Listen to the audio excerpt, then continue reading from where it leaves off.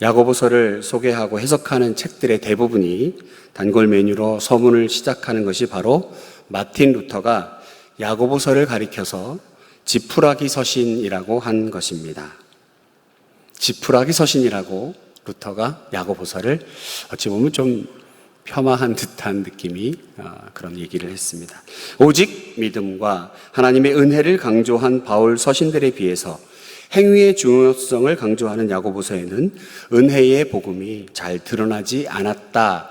그래서 그와 같은 이야기를 한 것 같습니다. 그러나 여러분, 오늘부터 우리가 함께 묵상하게 될 야고보서의 말씀은 루터나 일부 성경학자들이 말하는 이른바 덜 중요한, 그래서 그저 지푸라기에 불과한, 있어도 되고 없어도 되는 성경이 결코 아닙니다. 우리가 앞으로 살펴보겠지만 야고보서는 구약의 잠언과도 같은 말씀, 정말 보석과 같은 교훈의 말씀임을 깨닫게 됩니다. 그러고 보니까 루터가 지푸라기 서신이라고 한 말도 틀린 말은 아닌 것 같습니다. 여러분, 우리가 집을 짓게 되면 땅을 깊이 파고 기초를 놓습니다. 아마도 이것은 바울 서신의 역할이었을 것입니다.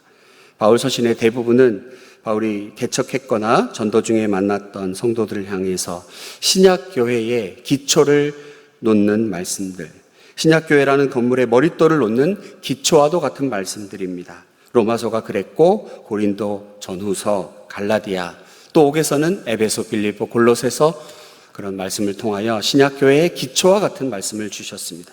여러분, 그런데 건물이 기초만 놓아서 집이라고 할 수는 없지 않습니까?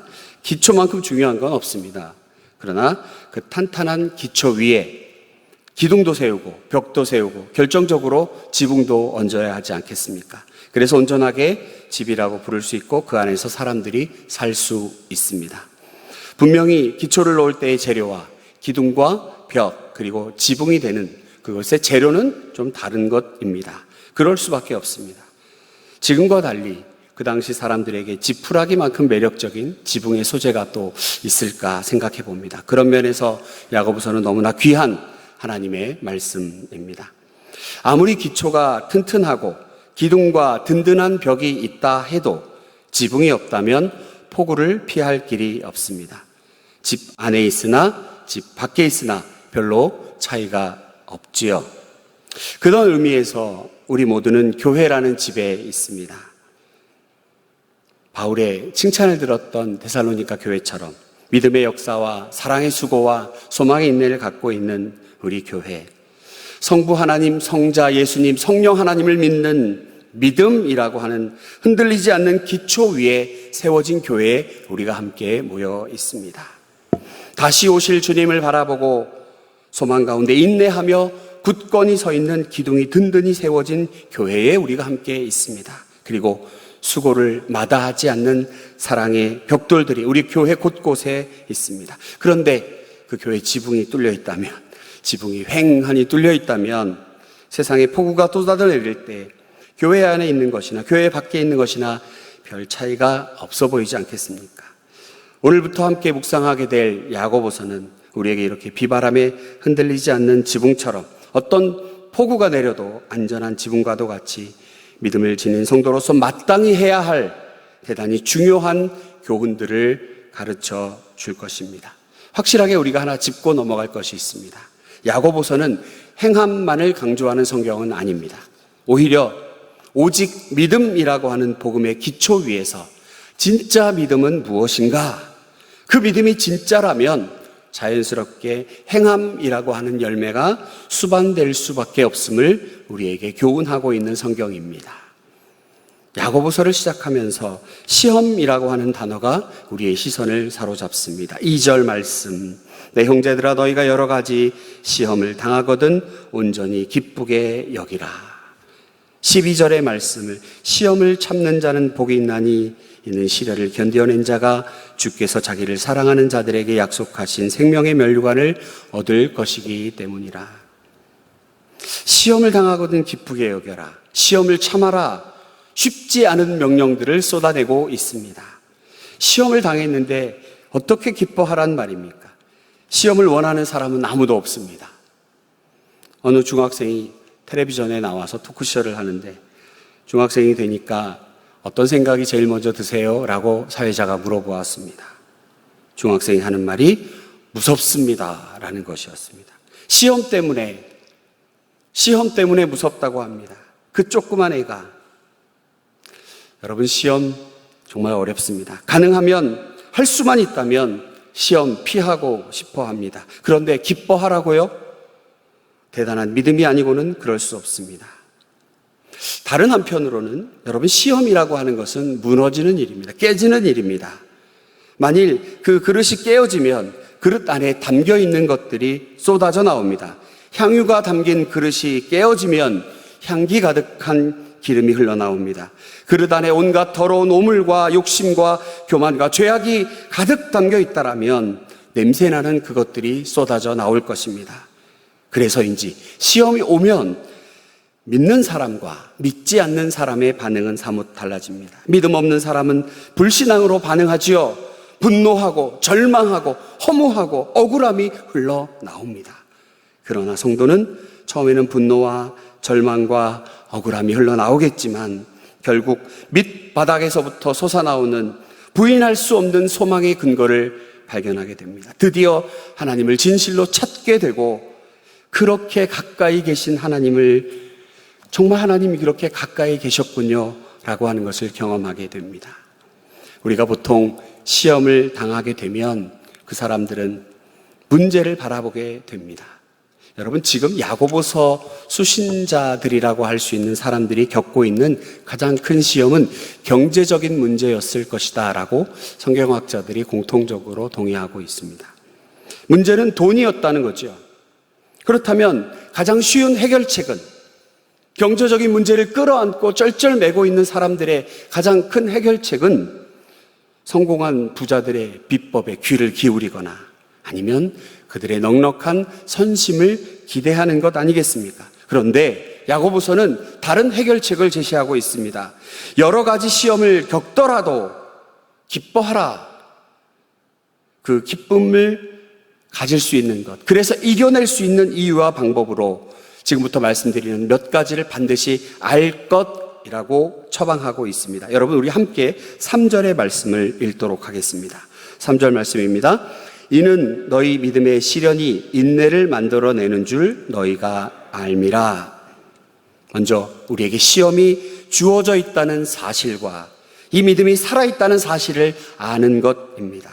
시험 너머에 있는 하나님의 역사하심을 믿는 믿음, 그것이 이미 우리에게 있다라고 하는 것을 아는 것.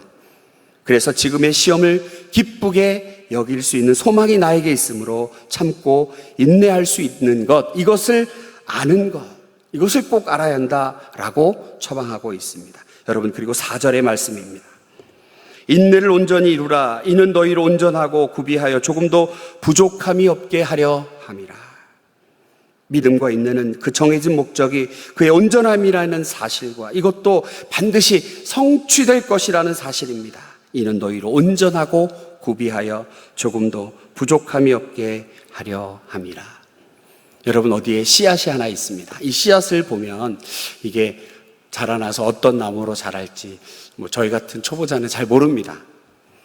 씨앗이 자라서 복숭아를 열매를 맺게 될지 사과를 맺게 될지 잘 알지 못합니다. 그런데 점점 커 나가면서 잎사귀와 나무 가지의 모양을 보고 이게 어떤 열매를 맺겠구나라는 걸 알 수 있습니다. 그리고 우리 모두는 이 나무에서 감이 열릴지 복숭아가 열릴지 사과가 열리게 될지 아무도 의심하지 않습니다. 감나무에서 사과가 열릴 것이라고 생각하는 사람은 아무도 없습니다. 예상하지 못한 비바람과 폭풍과 몰아쳐도 감나무에서는 감이 열립니다. 여러분, 이것은 믿음의 문제도 아니고 그냥 우리가 아는 것입니다. 이미 그 씨앗 안에 어떤 열매를 맺게 될지 유전적으로 정해져 있다는 것입니다. 그런 것처럼 저와 여러분, 예수 그리스도 십자가 구원의 은혜를 받은 우리는 이미 하나님의 자녀입니다.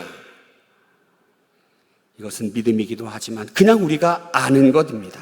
그냥 아는 것으로 받아들이면 됩니다. 모진 비바람이 불어온다고 해도, 그래서 감나무에서 복숭아가 절대로 열리지 않는 것처럼 오히려 인내하며 견디어낸 나무는 더욱 달고 탐스러운 열매를 맺습니다. 온전함이라고 하는 최종 목적지가 정해진 항해를 해나가는 가운데 우리가 시험을 당할 수 있습니다. 여름철에는 꼭 태풍이 불어야 한다는 것 여러분 아시지요?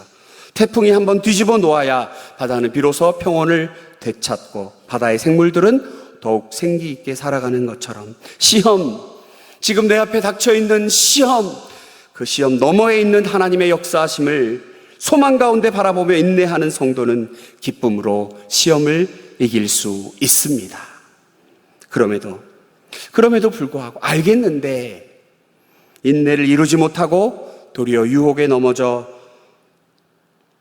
허우덕거리는, 유혹에 빠져 넘어지는 이유가 무엇입니까? 질문을 바꿔볼까요? 무엇이 인내를 끝까지 이루게 하여 유혹과 죄의 파괴적인 과정에서 건져낼 수 있겠습니까? 오늘 본문 야고보서 1장에서 그것을 지혜와 기도라고 하는 처방으로 말씀하여 줍니다. 5절의 말씀, 너희 중에 누구든지 지혜가 부족하거든 모든 사람에게 후히 주시고 꾸짖지 아니하시는 하나님께 구하라. 그리하면 주시리라. 21절의 말씀, 그러므로 모든 더러운 것과 넘치는 악을 내버리고 너희 영혼을 능히 구원할 바 마음에 심어진 말씀을 온유함으로 받으라. 25절의 말씀, 자유롭게 하는 온전한 율법을 들여다보고 있는 자는 듣고 잊어버리는 자가 아니요 실천하는 자니 이 사람은 그 행하는 일에 복을 받으리라. 모두가 하나님께서 우리에게 주신 선물입니다. 위로부터 온 것입니다. 그리고 더욱 놀라운 것은 우리에게 이렇게 말씀을 주신, 지혜의 말씀을 주신 하나님 17절의 약속의 말씀을 주십니다. 우리 함께 17절의 말씀을 읽도록 하겠습니다. 온갖 좋은 은사와 온전한 선물이 다 위로부터 빛들의 하나님께로부터 내려오나니 그는 변함도 없으시고 회전하는 그림자도 없으시리라. 시험 당하고 계신 성도님 계십니까? 하나님의 말씀을 붙들기를 권면합니다.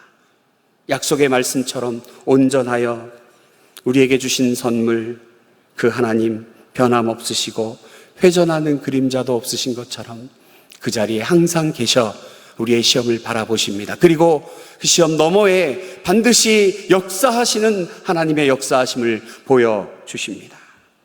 인내하며 시험을 온전히 이기고 기뻐할 수 있는 것, 그것은 지혜입니다. 하나님의 말씀입니다. 이것은 은혜로 우리에게 주어진 것입니다. 그리고 이제 사람 편에서 이 지혜, 하나님의 말씀을 얻기 위해서는 기도해야 합니다. 5절의 말씀이지요. 너희 중에 누구든지 지혜가 부족하거든 모든 사람에게 후히 주시고 꾸짖지 아니하시는 하나님께 구하라. 그리하면 주시리라.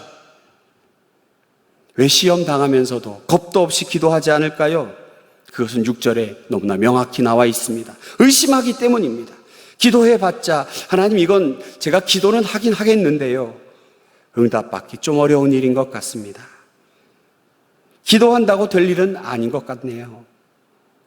이런 사람들은 기도하지만 얻을 생각도 하지 않습니다. 성경에는 얻을 생각도 하지 말라고 합니다. 사랑하는 성도 여러분, 아이가 자라면 언제까지나 내 품에 안겨 있을 것 같은 어린 아이가 언제부터는 친구가 더 좋고 부모의 품 바깥에 있는 자신만의 세계를 찾아 떠나게 됩니다. 떠날 수밖에 없습니다. 때로는 좀 서운하기도 합니다. 언제나 나에게 달려와 있어 내 품에 안겨있던 아이는 그렇게 떠나갑니다. 그럴 때 서로 벌어진 간격을 좁힐 수 있는 것, 그것은 추억이라고 생각합니다. 우리 그때 그랬지 않냐? 야, 우리 그때 그랬잖아 라고 하는 그 수많은 추억들 가운데 대화가 다시 살아나고, 여러분 할 수 있거든 자녀들과 많은 추억, 좋은 추억 많이 가지시기를 축복합니다. 여러분, 성도의 여정 이와 같지 않습니까? 신앙생활이 늘 행복하고 기쁘고 교회에 있는 게 늘 행복하고 말씀 듣고 예배하는 것이 언제나 똑같이 행복하고 한결 같을 수는 없는 것 같습니다. 그건 자신이 가장 잘 압니다. 그런데 하나님과 좀 멀어진 관계에 있는 성도, 그 성도가 시험을 대하는 자세와 마음에서 하나님과의 추억은 참으로 대단히 중요한 것 같습니다.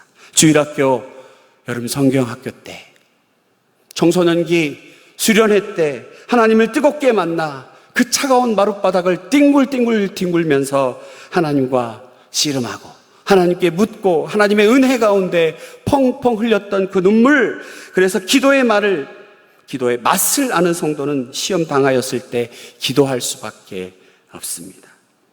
혹시 하나님과 그런 뜨거운 추억이 없어 그저 냉랭한 가슴의 기억만 있다면 손 내미시는 주님 손 붙잡으시는 이 아침 되기 원합니다. 후히 주시고 꾸짖지 아니하시는 하나님께 구하시는 여러분 되시기 원합니다. 우리의 신앙, 그것은 하나님과 아름다운 추억을 만들어가는 것. 올해 중동부 표어가 하나님과 사랑 이야기를 써가는 중동부 시즌3입니다. 코로나 때문에 원투는 해보지도 못해서 올해 제대로 좀 해보려고 하나님과 사랑 이야기를 써가는 중동부, 하나님과 사랑 이야기를 써가는 강성교회, 우리 온 성도가 되시기를 간절히 축복합니다. 지혜를 구하며 기도하는 우리 모두 되기를 축복합니다. 여러분, 시험 가운데도 기도하지 않는 사람들의 근본적인 문제는 오늘 본문에서 두 마음이라고 지적합니다. 여러분, 다시 그릇 이야기를 해봅니다. 깨진 그릇에는 담겨진 내용물이 나오지요. 또 다른 편에서 보면 그릇이 깨어진다라고 하는 것, 아무것도 담아낼 수 없다라고 하는 뜻입니다. 욕심내서 그릇을 쪼개보았지만 아무것도 담아낼 수 없습니다. 이도저도 아니고 아무것도 담아낼 수 없습니다. 혹시 저와 여러분 마음속에 이 두 마음, 주를 향한 믿음과 세상의 달콤함이 주는 그 믿음, 두 마음을 가지고 있지는 않은지, 이러한 사람들을 바라보며 야고보 사도는 이에 대한 해답으로 참된 경건을 말씀하여 줍니다. 26절과 27절의 말씀, 앞으로 우리는 야고보서를 읽으면서 참된 경건이 무엇인지, 참 믿음을 가진 성도라면 어떠한 행함이 뒤따라야 하는지 우리에게 말씀하여 주실 것입니다. 여러분, 오늘 이 아침 우리가 함께 붙들고 귀한 기도 하나님께 올려드릴 교훈들을 나누고자 합니다. 여러분, 우리에게는 하나님이 주시는 지혜, 하나님의 말씀이 선물로 주어져 있습니다. 이 말씀을 통해서 우리의 믿음을 지켜 우리에게 닥친 시험을 인내하며 기쁨으로 바라볼 수 있게 합니다. 그리고 그 시험 가운데 후히 주시고 꾸짖지 아니하시는 하나님께 기도할 수 있도록 하십니다. 그리고 우리 모두는 참된 경건으로 주님 앞으로 나아가는, 그렇게 거룩한 성도로 살아가는 우리가 될 것입니다. 여러분, 이 아침 주신 말씀을 붙들고 함께 기도할 때에 하늘의 큰 축복이 우리에게 임합니다. 오늘도 여러분들이 대하시는 모든 사람들에게 살아계신 예수 그리스도의 살아계심을, 승리를 선포하시는 여러분, 오늘 하루가 되시기를, 삶의 간증이 되시기를 간절히 축원합니다. 기도하겠습니다. 전능하신 아버지 하나님, 히브리서의 말씀으로 은혜 주시고 야고보서의 말씀으로 은혜 주시고 온갖 귀한 하나님의 말씀으로 은혜 주시니 참으로 감사합니다. 이 모든 것이 위로부터 주께서 우리에게 주신 바 귀한 하나님의 말씀 선물이오니 이제 내가 주님 앞에 간절한 마음으로 기도합니다.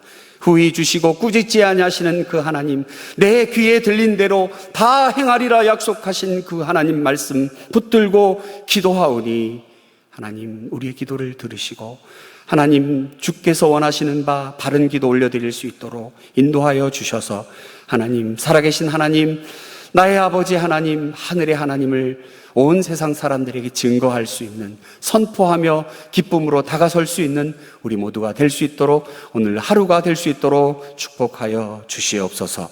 감사드리오며 예수님 거룩하신 이름으로 기도하옵나이다. 아멘.